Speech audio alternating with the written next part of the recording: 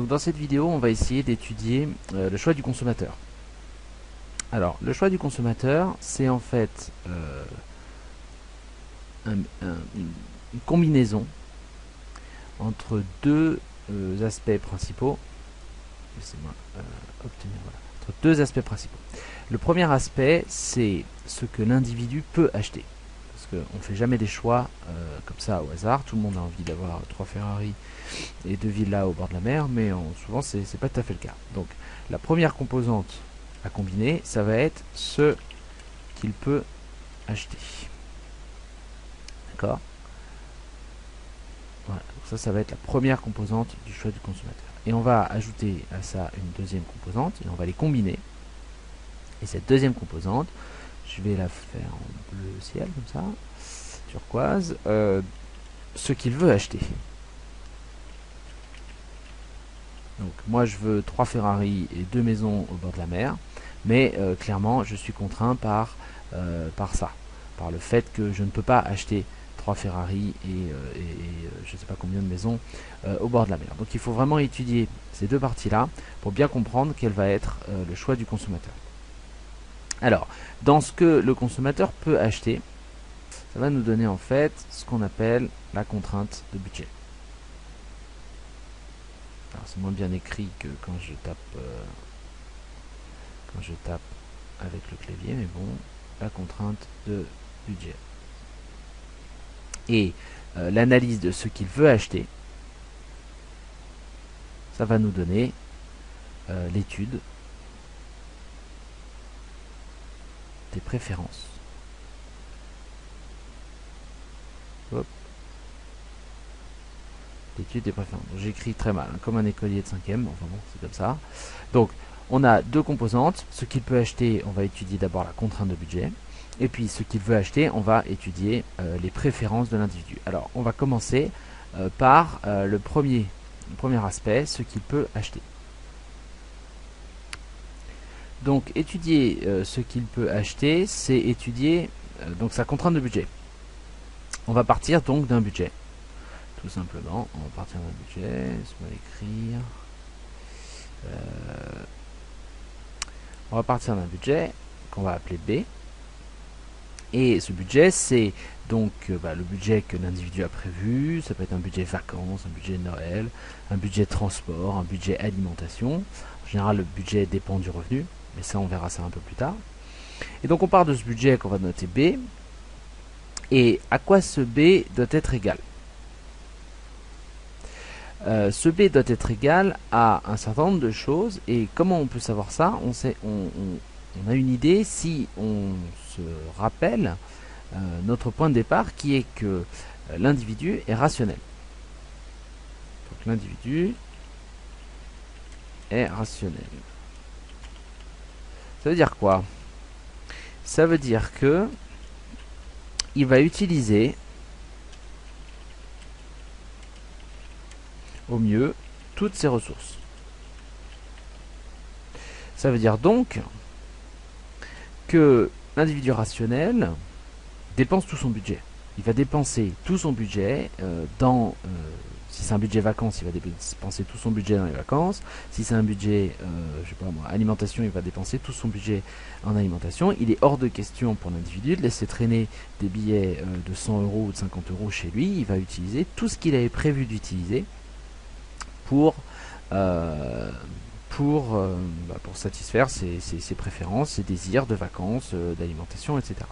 Donc il dépense tout son budget. Ça, c'est parce qu'il est rationnel. Ok.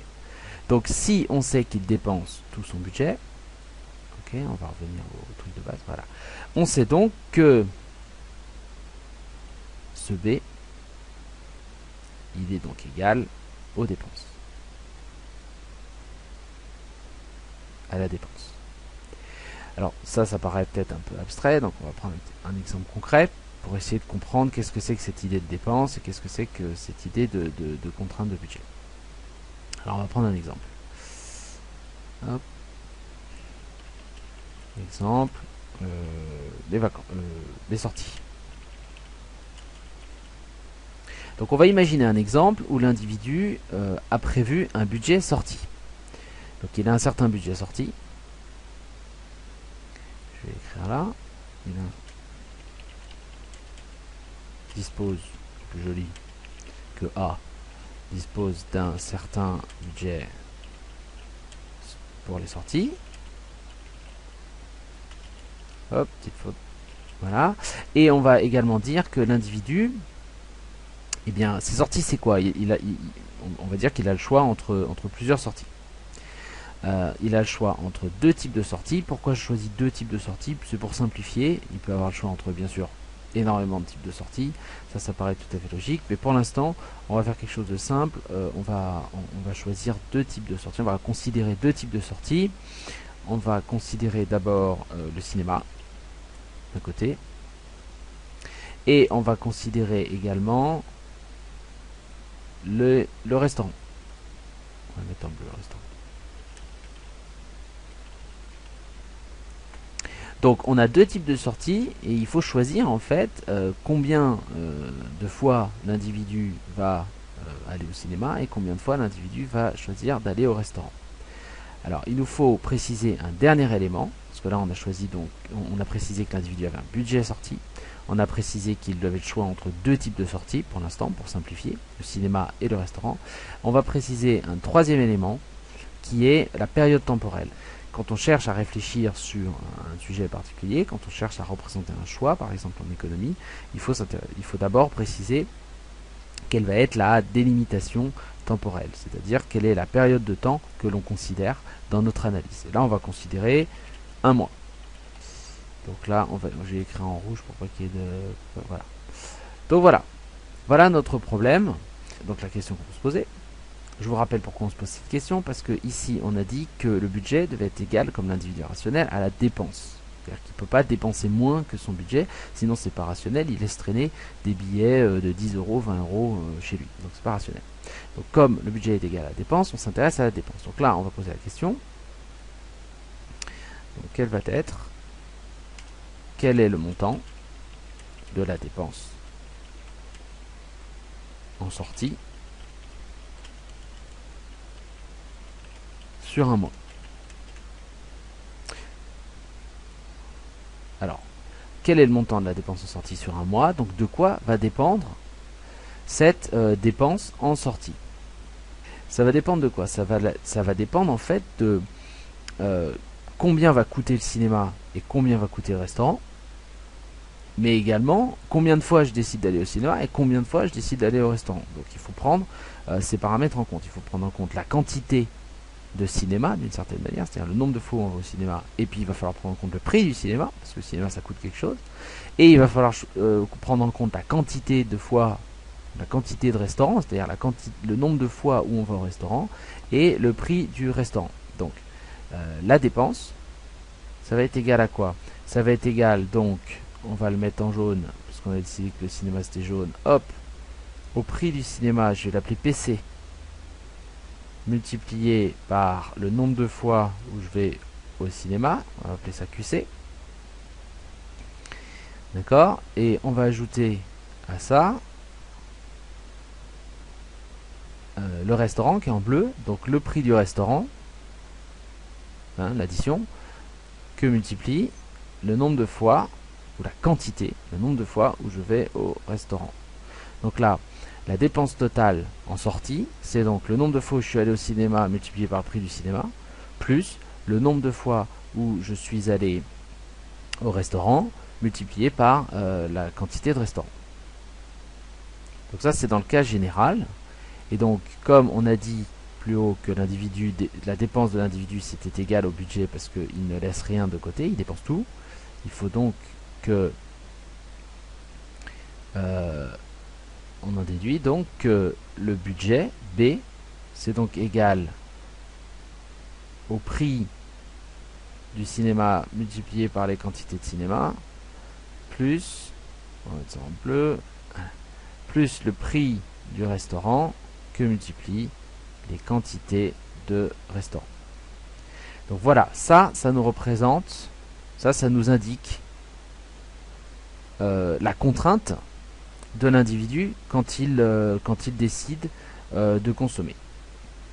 Donc je répète pour le cas où, ça c'est donc la dépense en restaurant, en cinéma, pardon. Et ça ici, c'est la dépense en restaurant. C'est la dépense en restaurant. Et la dépense en restaurant plus la dépense en cinéma doit être au mieux égale au budget de l'individu. Donc le budget de l'individu, il ne peut pas dépasser la dépense en cinéma plus la dépense en restaurant, quel que soit le choix qu'il fait d'aller au cinéma ou d'aller au restaurant. Il peut choisir d'aller beaucoup au cinéma ici et peu au restaurant. Il peut choisir d'aller beaucoup au restaurant et peu au cinéma, mais peu importe, il faut que les dépenses en cinéma et en restaurant ne dépassent pas le budget et égalisent même le budget pour que l'individu dépense tout son budget. Donc on va faire un petit exemple chiffré histoire d'illustrer tout ça. On va continuer sur notre exemple de cinéma et de restaurant. On va laisser ça là comme ça. Alors, on va faire un petit exemple chiffré. On va imaginer que le prix du cinéma c'est 10 euros. Bon, ça paraît assez logique, c'est pas trop idiot comme paramètre, c'est à peu près 10 euros le prix d'une place de cinéma. Et on va également imaginer que le prix du restaurant, en fait c'est l'addition par personne. On va prendre un restaurant pas trop cher, on va prendre 20 euros pour l'addition un samedi soir dans un restaurant pas trop cher. Donc voilà, là on a deux nouveaux paramètres, enfin on a des paramètres chiffrés, c'est-à-dire que PR, le prix du restaurant maintenant c'est 20 euros, et PC, le prix du cinéma, maintenant c'est 10 euros. Donc là on a des exemples un peu plus chiffrés. Et on va également prendre un nouveau chiffre pour le budget total qu'un individu s'accorde pour les sorties. Alors là on va imaginer que le budget de l'individu par mois c'est 200 euros par mois. Ok, donc on peut simplement remplacer les chiffres dans l'équation qu'on a écrite ici et essayer d'avoir une idée un peu plus précise de la contrainte de budget. Donc ça veut dire que l'individu il a 200 euros, d'accord, qu'il doit dépenser, donc ça doit être égal à sa dépense. Ça doit dépenser en quoi? Dépenser en cinéma, donc il doit choisir ses quantités de cinéma. Voilà, je vais le faire dans l'ordre parce que sinon on va se perdre. Hop, on repart. Donc il a le choix entre du cinéma, un certain nombre de fois où il va au cinéma et un certain nombre de fois où il va au restaurant. Donc le cinéma ça lui coûte 10 euros multiplié par les quantités de cinéma, c'est-à-dire le nombre de fois où il choisit d'aller au restaurant, plus, et là on va, donc ça voilà, plus et bien 20 euros de restaurant multiplié par les quantités de restaurant. Et donc là on a bien la dépense en restaurant. C'est affreusement mal écrit, mais enfin c'est pas grave. Et ça, c'est la dépense en ciné. Donc il a 200 euros. Donc on voit tout de suite la contrainte ici. Il a dans son portefeuille 200 euros pour aller au cinéma et au restaurant dans le mois. Et évidemment, s'il choisit d'aller beaucoup au cinéma, si ce QC là est assez grand, il va plus pouvoir trop aller au restaurant, donc ce QR sera un peu plus petit. Et puis s'il choisit d'aller un peu plus au restaurant, si QR est grand, et ben ce QC, le nombre de fois où il va au cinéma, ce sera forcément petit parce que il n'a pas un budget illimité, il a un budget qui est de 200 euros. Donc ça nous représente la contrainte de budget, comme on a dit au tout début. Hop, on revient au tout début. On a dit le choix du consommateur, c'est ce qu'il peut acheter, la contrainte de budget, ce qu'il veut acheter, l'étude des préférences. Donc là, on a représenté la contrainte de budget. Les préférences, on les étudiera dans une autre vidéo.